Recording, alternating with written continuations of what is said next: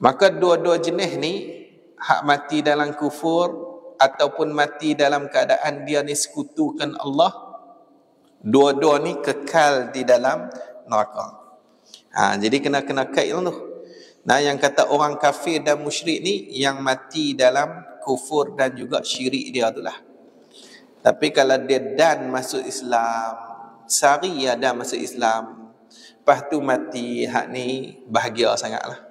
Sebab orang yang masuk Islam, habislah dia punya dosa dia tu diampunkan. Jadi di antara yang diceritakan oleh Nabi sallallahu alaihi wasallam, wajib kita kena percaya dengan azab kubur dan nikmatnya nikmat kubur. Jadi sebut kubur kat sini, kubur kat sini, kubur dengan makna alam barzakh. Alam barzakh. Cuma disandarkan, diisnadkan azab tu kepada kubur, hani atas ghalib, atas kebiasaan orang mati ni tempat dia kubur lah. Jadi tilik pada kebiasaan, maka disebut azab kubur, padahal bukan dalam kubur tu lah. Dia ada satu alam yang lain yang disebut dengan alam barzakh.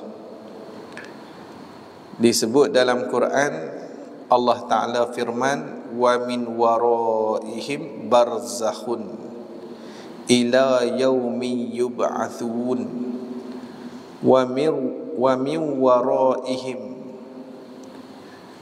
Di belakang mereka itu ada barzakh. Ada satu alam yang dinamakan barzakh, ila yaumi yub'athun, sehinggalah hari yang dibangkitkan, hari dibi'sahkan ataupun hari yang dibangkitkan. Jadi sebelum dibangkitkan tu ada satu alam nama dia barzakh. Barzakh. Wa min waraihim. Daripada belakang mereka itu, belakang dari mana depan ni. Belakang hari ni kok susah, kita kadang cakap gitu lah. Kok ke belakang nanti jadi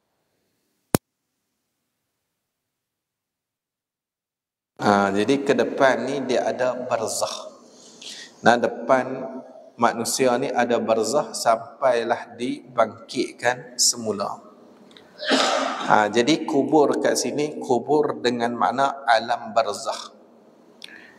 Cuma barzakh ni disebut oleh ulama kita, Imam Sibai, dia kata al-barzakhu al-hajizu bainad dunya wal akhirah.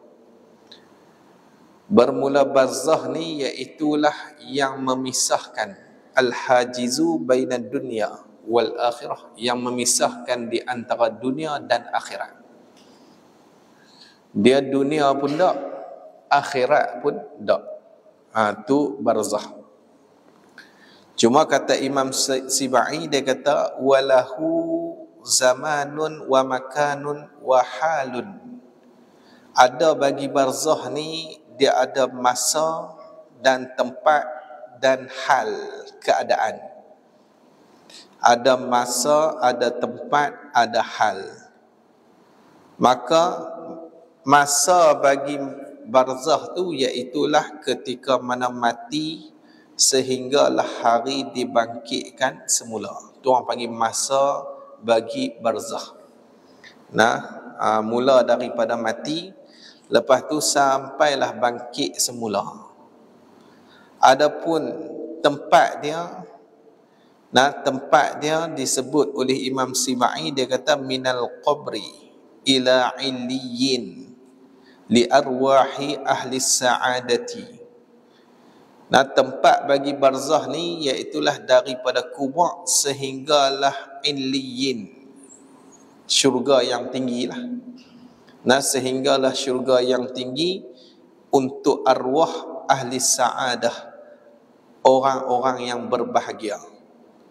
Nah, orang yang beriman, beramal soleh, maka tempat bagi barzah dia iaitulah mula daripada kubur sampailah kepada syurga yang tinggi. Adapun ahli syaqawah, orang-orang yang celaka, ahli maksiat, orang kafir, fa fi sijjin, maka dia duduk di dalam neraka sijjin. Hak tu disebutkan tempat bagi barzah. Lepas tu Imam Sibai dia kata wahaluhu al-arwahu, dan keadaan barzah ni roh-roh sahaja. Roh-roh. Jadi barzah ni kalau kena siksa pun roh saja. Roh tu kena siksa. Dia bukan sekali dengan jasad. Jadi cuma hak tu khilaf lah. Khilaf ulama lah hak mana nak kena siksa apa semua tu. Tapi sekali kita akan tengok sekali lah. Dia ada khilaf sikit. Ada yang kata ruh saja, ada yang kata ruh dengan jasad. Jadi dia khilaf bab kena siksa tu. Yang ulama tak khilaf ketika mana dibangkitkan semula. Bila kita dibangkitkan semula, maka hak tu memang nak kena siksa ke, nak dapat nikmat ke, hak tu dengan ruh beserta dengan jasad. Hak tu tak ada khilaf. Tapi bila mati tak ada nak bangkit lagi, tak kiamat lagi, hak tu khilaf. Apa benda yang nak kena siksa tu? Tang tu khilaf ulama lah. Jadi nak yakin mati dululah. Dia tak boleh tahulah, kena mati dulu. Cuma kita ni habaq yang ulama sebutlah. Hak ulama sebut ya. Jadi wajib kita kena percaya ni, beriman dengan azab kubur, ni azab di alam barzah lah, dan juga nikmat bagi kubur. Hak ni di antara benda yang wajib kita kena beriman. Al-imanu bihi wajibun. Tak kira lah bagi nikmat ke azab ke, beriman tu wajib. Sebab ada dalil-dalil yang sampai kepada kita yang mana banyak dia punya riwayat, sehingga kan dikatakan sampai kepada tahap yang mutawatir. Walaupun lafaz dia berbeza, yang menceritakan tentang azab kubur ni, hak ni sebut macam ni, hak ni sebut macam nu, hak ni sebut macam ni. Kan ada hadis Nabi lalu kat kubur tu, Nabi tahu kata orang tu kena siksa. Maka Nabi buh pelepah tamar. Jadi maksud dia ada siksa tu. Siksa tu ada. Cuma kita ni nak jadi usul ataupun umbi bagi akidah kita, asal dia kena dalil tu yang mutawatir. Kalau hadis mutawatir, dalil yang qat'i. Kalau hadis dia kena sampai kepada peringkat mutawatir, maksud dia ramai yang riwayat benda tu. Jadi kalau kita cek balik hadis-hadis yang cerita tentang azab kubur ni, maka banyak riwayat dia. Walaupun dia tu keadaan yang berbeza, tapi banyak riwayat. Bila banyak riwayat, maka dikira juga dengan mutawatir pada makna. Pada makna. Dia bukan pada hakikat hadis tu tak. Dia kira mutawatir pada makna. Jadi wajib kita kena berimanlah dengan azab kubur dan nikmatnya, nikmat kubur. Tengok syarih dia nak hurai kata apa? Yakni wajib kita, ni wajib atas kita mukallaf. I'tiqadkan ni mengakukan di dalam hati. Kena mengaku di dalam hati bahawa Allah Subhanahu wa taala menyeksakan segala orang yang kafir dan musyrik. Nah, orang yang kafir satu, yang kedua orang yang musyrik ni orang yang buat syirik, orang yang menyekutukan Allah Ta'ala. Maka hak ni Allah Ta'ala seksa. Tapi kaitlah yang kata seksa orang kafir dengan orang musyrik ni, maksud dia yang mati di dalam kufur dan syirik. Faham tu? Hak mati dalam kufur dan syirik. Maka dua-dua jenis ni, hak mati dalam kufur ataupun mati dalam keadaan dia ni sekutukan Allah, dua-dua ni kekal di dalam neraka. Jadi kena kait tu. Nah, yang kata orang kafir dan musyrik ni yang mati dalam kufur dan juga syirik dia tu lah. Tapi kalau dia dan masuk Islam, sehari ada masuk Islam, lepas tu mati, hak ni bahagia sangatlah. Nah, sebab orang yang masuk Islam habislah dia punya dosa dia tu diampunkan. Nah, dia tak pernah semayang dulu, diberi pahala semayang. Nah, dia tak pernah puasa dulu, diberi pahala puasa kat dia. Nah, dia tak pernah puasa pun. Tengok, nah, ni untung orang yang masuk Islam. Habis. Dan fasik lagi pula orang yang fasik. Siapa tu fasik? Yang berdosa. Nah, fasik tu fasik yang berdosa. Tu tafsir bagi fasik lah. Fasik ni orang yang berdosa. Nah, asal fasik ni orang yang melakukan dosa besar tak taubat. Tu fasik tu. Ataupun orang yang melakukan dosa kecil tu secara istiqamah. Dia bukan istiqamah dalam amalan lah. Hal ni konsisten dia dalam dosa kecil. Pi mana pun pakai lak pendek tu. Main bola pasal malam, duk lak pendek tu. Pi mai pakai lak pendek. Nah, jaranglah nampak pakai lak panjang. Jenis ni fasik. Nah, fasik. Jadi hak jenis fasik ni, nah, fasik ni pun masuk dalam kata diseksa juga ni.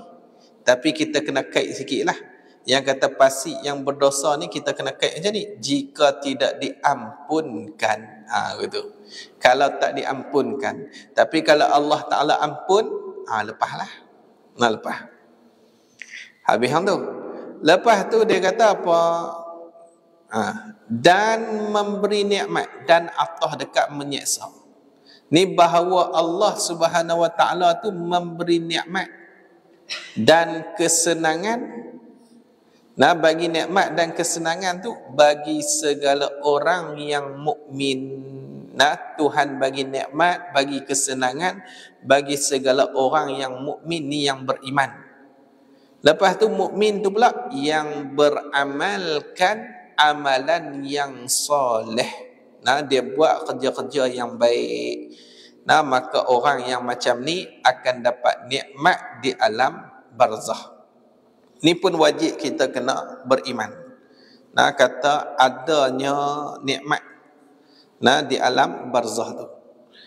Tu yang Nabi sebut al-qabru rawdatun min riyadil jannah tu. Nah, wa khufratun min khufarin nar ataupun niran. Nah, jadi kubur tu satu kebun ataupun satu taman daripada taman-taman syurga. Dan kubur tu juga satu lubang daripada lubang-lubang neraka. Jadi dia ada benda tu. Nah, dia ada azab, dia ada nikmat.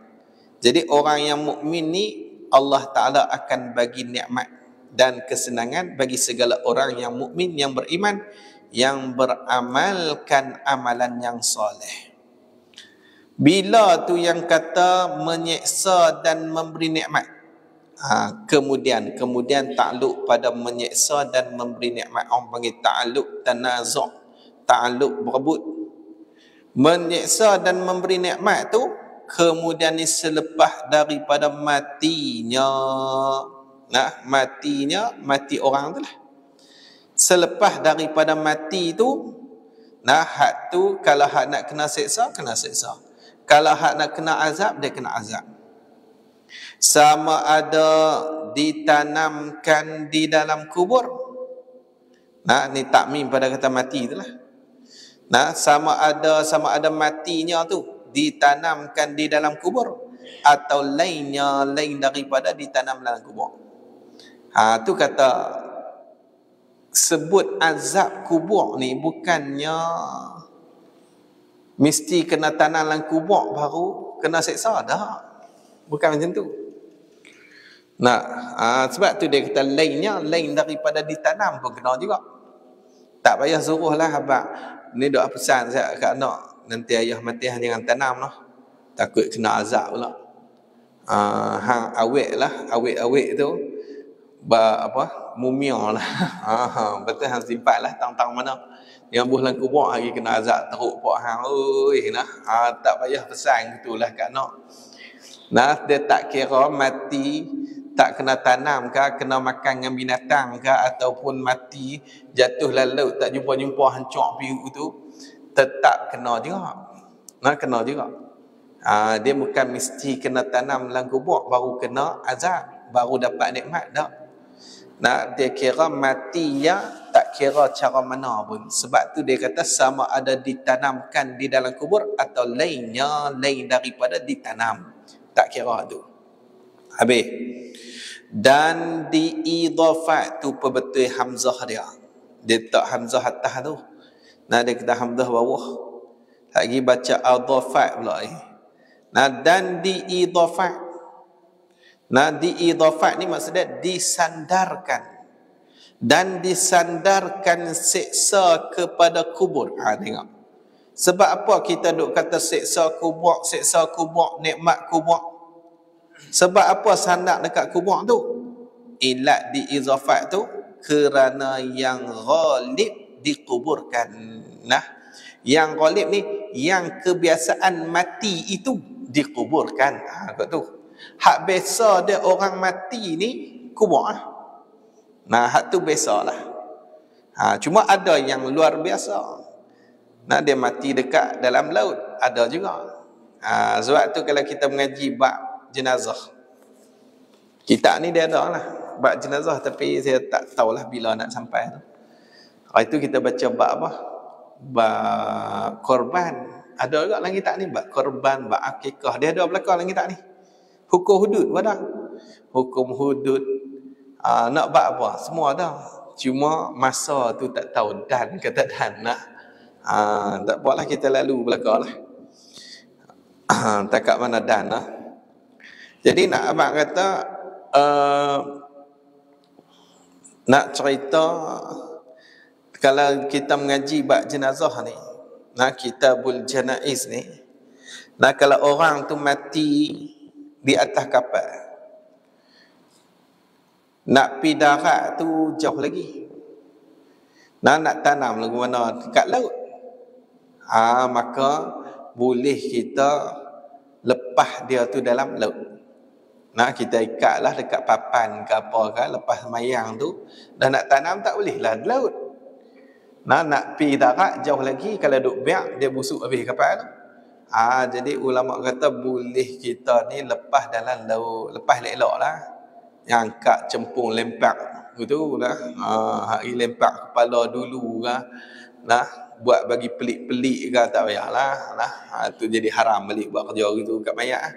Dan jadi kita lepas elok bagi jatuh laut tu.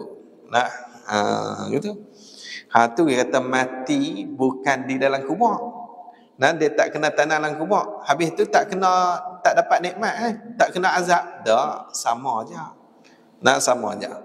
Sebab tu dia kata kita sandarkan, kita isnadkan, kita idhafatkan siksa kepada kubur tu kerana yang ghalib dikuburkan. Ni yang ghalib mati tu dikuburkan. Kebiasaannya mati tu dikuburkan.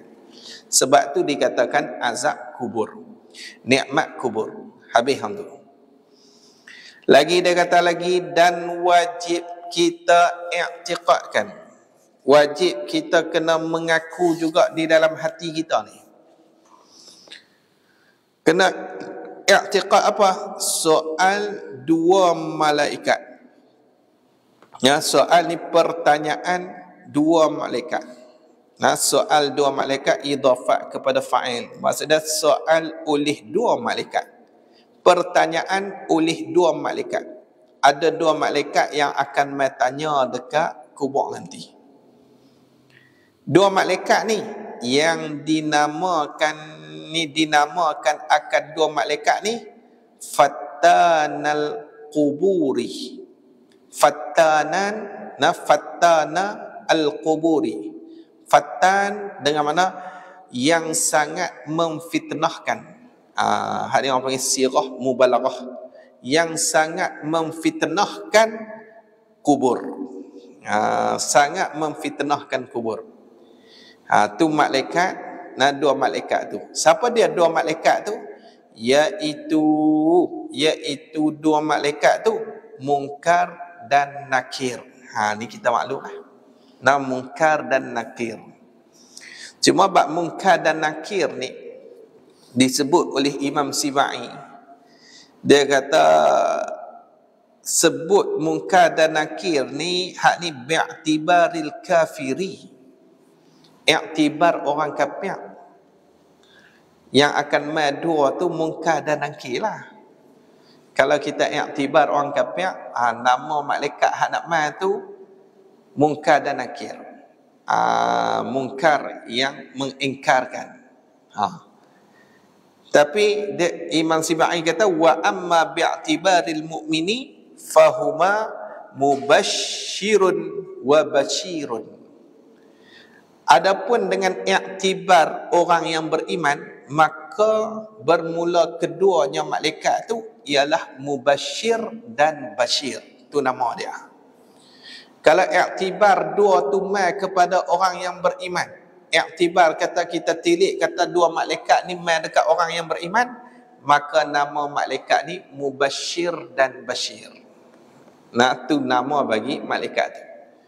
Mubashir yang menyampaikan berita yang menggembirakan. Samalah dengan bashir tu. Lebih kurang lah. Yang menggembirakan. Mereka ni nak main cerita benda-benda yang gembira. Jadi dia tak sama keadaan malaikat ni, dia tak sama. Dia berbeza. Dia tak sama. Kalau orang tu bagus, dia main cara bagus. Kadang-kadang dia main tak tanya pun dah orang ni bagus dah, berjenis dah, baik apa semua. Dia main bagi salam, senyum-senyum balik. Sekarang gitu ya. Dia bukan mesti dia kena main tanya, tak mesti. Macam apa tu yang kisah Sayyidina Umar tu, Sayyidina Ali pembang dengar apa Sayyidina Umar nak jawab. Jadi waktu malaikat mai dengan muka yang bengih tu lah, tak dan nak tanya Sayyidina Umar. Sayyidina Umar kata tu, awak mai muka macam ni. Tu kata tu, awak mai muka macam ni. Hak ni yang didengar oleh Sayyidina Ali. Pelik macam mana Sayyidina Ali boleh dengar? Tak ada pelik apa, anjing pun boleh dengar. Nak duk pelik apa? Anjing boleh dengar. Ni kerja Tuhan belaka. Tuhan buat bagi boleh dengar.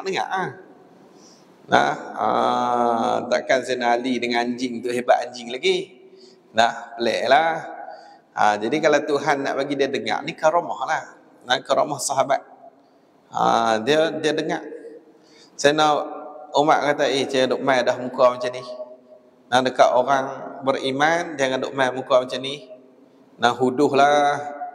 Main muka elok-elok. Lepas tu malaikat tu balik tu tak dan tanya, kena marah pula dengan Sayyidina Umar. Tu Sayyidina Umar lah, kita kan Sayyidina Umar lah. Tak tanya malaikat, awak main muka macam ni, baru awak saja kena lah. Tu kita habis yang tu. Jadi malaikat ni nama dia Munkar dan Nakir. Soal tu bila? Soal tu kemudian takluk ke itu. Sangkut dekat soal tu. Soal-soal tu kemudian daripada mengembalikan Allah Ta'ala akan ruh dengan mana nyawa. Tengok. Maksud dia Tuhan buh juga nyawa tu. Buh balik nyawa dekat jasad tu. Mengembali akan roh tu, roh si mati kepada jasadnya si mati. Hak ni dia ambil pendapat yang kata yang nak kena soal tu ruh dan juga jasad. Nah, ruh dan juga jasad. Yang nak kena azab pun ruh dan juga jasad. Gitu. Lepas tu, dan dihidupkan. Ni dihidupkan, ni dihidup akan si mati tu. Dihidup tu kehidupan yang tiada sempurna. Ni maf'ul mutlak pada kata dihidup. Ni akan sebagai kehidupan yang tiada sempurna. Maksudnya dia bukan seperti mana hidup kat dunia, bukan. Nah, hidup kat dunia ni, kehidupan ni kita kata sempurna lah. Nah, boleh pergi buat kerja apa semua. Nah, tapi hidup dalam kubur ni, nah, dia bukan hidup seperti mana kehidupan yang sempurna dalam dunia ni, bukan macam tu. Hanya kehidupan yang pertengahan antara mati dan hidup. Nah, kehidupan tu pertengahan di antara mati dan juga hidup. Tengah-tengah. Kalau itu dia tak 50-50 kan. Bukan, tak tahulah macam mana, mati dululah. Nah, tak ditanya banyak kan. Benda kita pun tak bisa mati lagi. Cuma ulama dia bahas gitu. Jadi kita ikutlah. Ulama sebut kata, hidup dia macam tu. Tengok dia buat bandingan tu seperti di Tanzir. Maksud dia nak buat bandingan tu. Yang kata kehidupan yang pertengahan antara mati dan hidup tu macam mana bandingan dia? Seperti adalah tidur itu. Macam yang tidur. Nah, tidur tu hidupan yang pertengahan antara hidup dan mati. Macam tu, macam orang tidur. Sebab tu tidur ni dikatakan mati kecil. Mati kecil. Dia duduk tengah-tengah lah. Bukan sedap tengah tu. Orang main duduk panggil kadang tak sedap. Tak buat sedap. Hak sedap-sedap lah. Tapi nak abang kata, tidur pun macam tu juga. Kena ada mimpi best pula, lagi tak sedap lah. Mimpi seronok, pakai tak sedap lah. Habis hang tu. Dan mengembali oleh Allah akan segala panca inderanya si mati. Nah, Tuhan bagi balik panca indera dia. Nah, sifat kita kata pelihat dia, pendengar dia. Panca indera dia ada 5 lah. Nah, panca indera ni ada 5. Pelihat, pendengar, penyentuh, perasa, perhidu. Hak tu orang panggil panca indera belaka tu. Jadi dikembalikan panca inderanya si mati, dan akalnya si mati, dan ilmunya si mati tu. Tapi mengembali tu atas sekadar ni takat mana? Takat dapat ia si mati tu fahamkan segala pertanyaan itu ni pertanyaan malaikat. Takat tu lah. Bukanlah patah balik tu sempurna, tak juga. Tapi dia takat boleh faham apa yang malaikat nak tanya tu, boleh faham. Dan dapat ia si mati tu menjawabkan. Dia boleh untuk jawab. Dia jawab. Tapi kalau malaikat tanya ni, hak ni azab dah ni. Malaikat tanya tu jam lah tu. Man rabbuka, happy dah. Agree dah. Kalau tak tanya tu, selamat kita. Tapi kalau dia tanya tu masalah. Tu ada seorang imam tu. Ada seorang imam, bukan Masjid Ismail ni lah. Imam lain. Imam Masjid Ismail ni tak main malah dia. Ni tu imam lain lah. Tu imam lain. Dia mati. Bila dia mati, malaikat tanya halu. Man rabbuka wa man nabiyuka. Tanya soalan. Bila tanya soalan, dia ketak, tak boleh jawab. Ketak nak suara tak boleh. Tu kata tanya tu pun teruk lah tu. Tanya teruk dah. Tak tanya selamat. Kalau tanya ni masalah. Nanti imam tu ketak, tak boleh jawab. Tengok ada satu benda tolong jawab. Ada benda tolong jawab. Allahu Rabbi apa semualah. Jawab sampai habis. Jadi bila benda tu jawab sampai habis, lega lah, malaikat pun pergi. Tu imam tu tanya, hang siapa ni? Pasal apa tolong jawab ni kat aku? Lepas tu benda tu kata akulah amal hang masa kat dunia dulu. Nak hak hang duk buat amal ni, akulah amal tolong jawab. Nak sembahyang dia pula tu imam pula. Hang mai tolong jawab. Tu imam kata lagi, kalau hang amal aku pasal faham amal lambat. Nah, awak tambah cepat, dia marah pula. Marah pula. Aku ketak tengah nak mampu ni lah. Tengah mati dah ketak ni. Boleh main lambat. Main lah cepat ni. Nah, jadi lah kali amal tu kata aku main lambat ni pasal hang dulu ambil gaji jadi tu imam. Ambil gaji. Dia kata macam tu lah. Nak ambil gaji ke? Jadi tu imam tu. Lepas tu aku ambil gaji pun aku bagi habis gaji tu. Aku sedekah aku guna jalan elok lah, jalan baik belaka. Sedekah apa semua. Amal tu kata nasib baik hang buat benda tu. Kalau hang tak buat benda gitu aku tak mai terus lah. Aku tak mai terus. Tu nanya tu. Habis hang tu. Lagi dia kata lagi, jadi Allah Taala akan bagi balik. Bagi balik kita punya panca indera lah, akal ilmu, tapi habuan kita nak faham pertanyaan tu dan habuan untuk kita jawab balik. Jawab pertanyaan dekat tu lah. Habis hang tu. Adapun rupa munkar dan nakir. Adapun rupa munkar dan nakir. Katanya warna keduanya hitam biru. Tu katanya. Dalam kitab Rumi katanya, ada katanya. Tak pasal pula tu. Adapun rupa munkar dan nakir, katanya warna keduanya hitam biru. Katanya kata siapa? Tak abang kata siapa tu? Terlepas pandang ni bab katanya ni. Kalau tak ada pun tak apa. Tapi dah ada biar pi lah. Adapun rupa munkar dan nakir, katanya warna keduanya, kedua munkar dan nakir tu hitam biru. Warna dia hitam biru. Lagu mana tak tahu, hitam biru.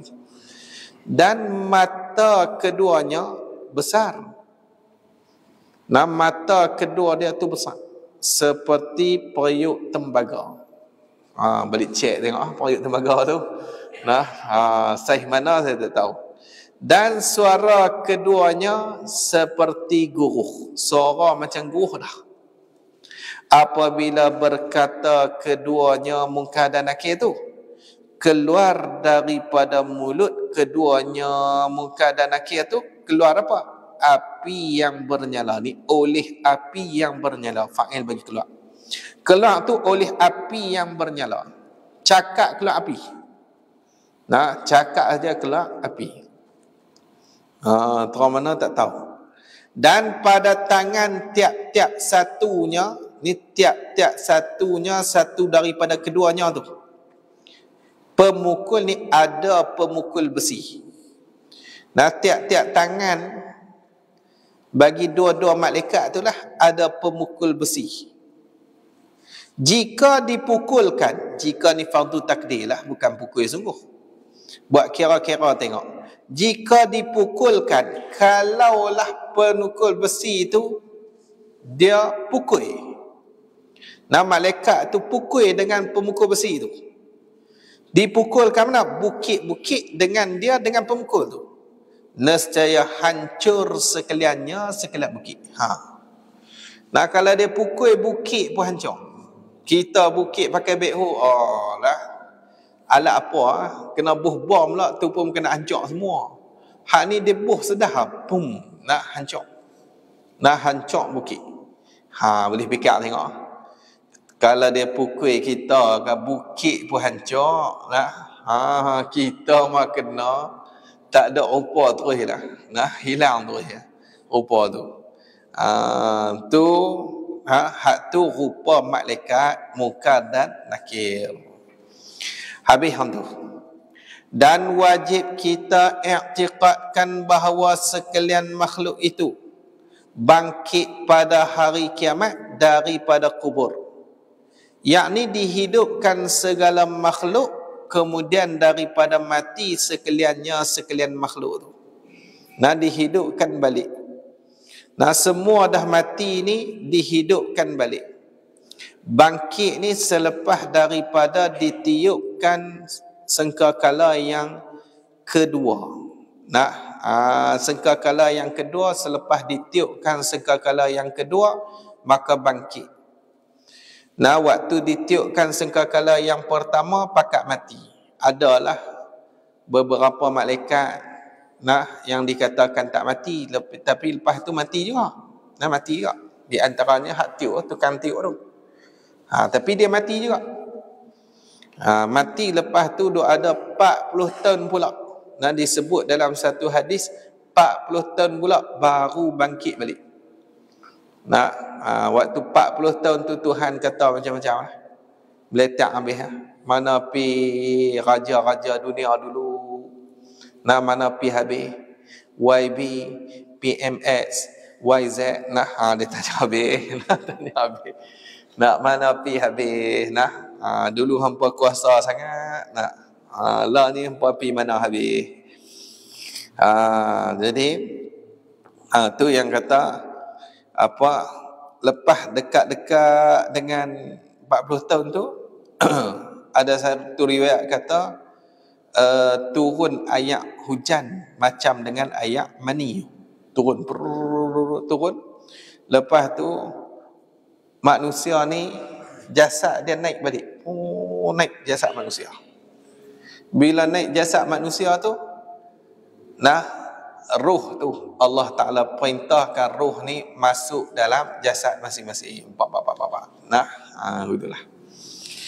Habis. Tak apalah, cuma yang awal yang akan dibangkitkan Nabi kita lah. Nabi kita. Jadi itu bangkit pada hari kiamat daripada kubur. Dia kata, yakni dihidupkan segala makhluk kemudian daripada mati sekaliannya makhluk. Bayan pada kata segala makhluk tu. Siapa makhluk tu? Daripada manusia dan jin dan malaikat dan segala binatang-binatang. Nah, semua bangkit balik. Dan dikeluarkan daripada kubur mereka itu, keluar pula daripada kubur mereka itu. Kemudian daripada dihimpunkan segala suku-sukunya. Suku-suku ni juzuk-juzuk, bahagian-bahagian yang asli. Selepas dihimpunkan bahagian-bahagian yang asli. Apa maksud bahagian yang asli ni? Juzuk badan ni, juzuk, anggota-anggota. Juzuk kat sini, suku-suku ni juzuk-juzuk ataupun kita kata anggota-anggota yang asal akan dihimpunkan balik. Nah, tubuh badan kita, anggota yang asal akan dihimpun balik. Apa maksud yang kata suku-suku yang asli? Iaitu segala suku-suku yang sya'annya kekal ia, yang sya'annya, yang passionnya ataupun keadaannya, yang passion dia, jenis dia tu kekal ia suku-suku tu daripada awal kejadian hingga mati. Hak jenis kekal tu, hak tu akan bangkit balik. Adapun hak jenis tak kekal, benda yang lebih, benda yang jadi daripada makanan, benda bukan kekal, hak tu tak. Nah, hak tu tak dibangkit balik. Macam rambut kita lah. Rambut kita amat kira daripada kecil sampai besar ni pakai jenuh lah nak bangkit semua tu. Dia panjang mana rambut, panjang sungguh lah. Nak bangkit siapa tu mak limah tu, rambut sampai tu sampai atas tanah tu, bukan macam tu.